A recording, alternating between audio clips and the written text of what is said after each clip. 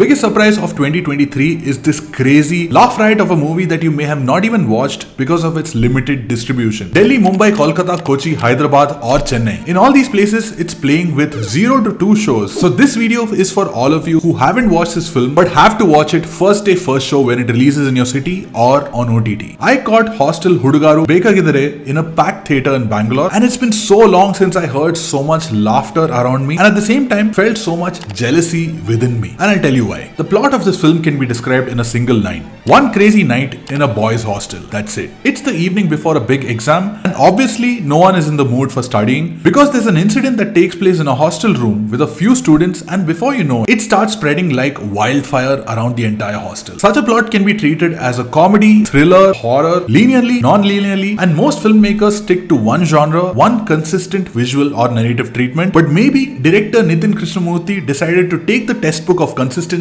and set it on fire, never letting the film fit into a single style or treatment. One film I recommend all the time is Edgar Wright's Scott Pilgrim vs. the World, which is about a boy who falls in love with a girl, but in order to get her, he has to defeat 7 of her evil exes. And the entire film is structured and looks like a video game with each ex being a level of the game. This cult film has such a strong following that you can see its influence in many films, including Tallumala from last year and the initial part of this film as well, with the hostel becoming a PUBG battleground and the hostel warden becoming the target. And the visual elements, camera movements, transitions, like the way the window of a hostel room turns into that of a moving train. And this is just the first 20 minutes of the film, post which the film takes a completely different turn, in a different setting, in a different format of filmmaking itself, introducing us to dozens of different characters, each with their own personalities, quirks and obsessions, who keep adding to the humor and the momentum of the film. The beauty here is that while most movies about college life choose to focus on 3 to 4 main characters and maybe a couple more side characters, in this film, from my memory, I can at least remember 15 to 20 characters beyond the main core group because of the attention to detail while designing all of these characters. For example, one character is known for his obsession for making Insta Reels and TikToks, which becomes the base for actually recreating the post-interval anti-smoking ad. A tertiary character who's known to just protest for everything in the hostel becomes the starting point of the live stream of a protest,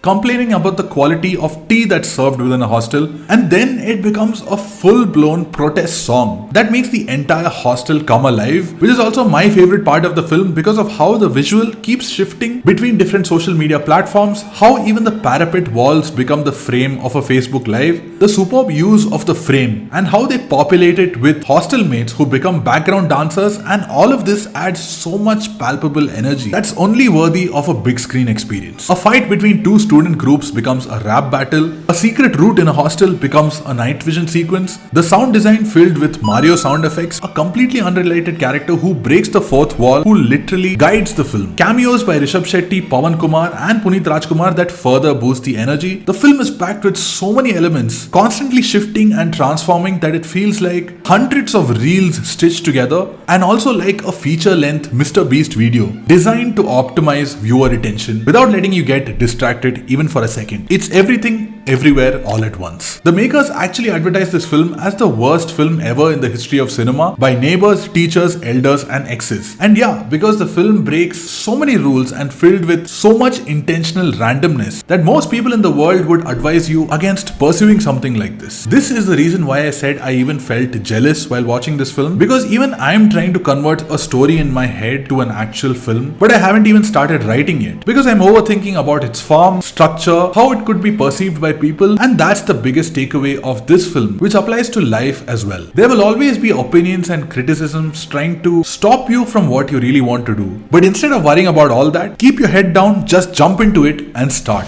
And that's what Nithin Krishnamurthy and his team did, pulling off this weirdly wonderful film, making it a non-stop supply of laughs and dopamine for the audience, and also a source of inspiration for reluctant aspiring filmmakers who just needed a little push. If you watched Hostel on the big screen, let me know what you thought of it in the comments, and if you've not watched it, like I said, please go watch it on the big screen as soon as it releases in your city, or if not, try to definitely catch it on OTT because it's just too much fun to be ignored. But for now, thank you so much for watching, and I'll see you in the next video.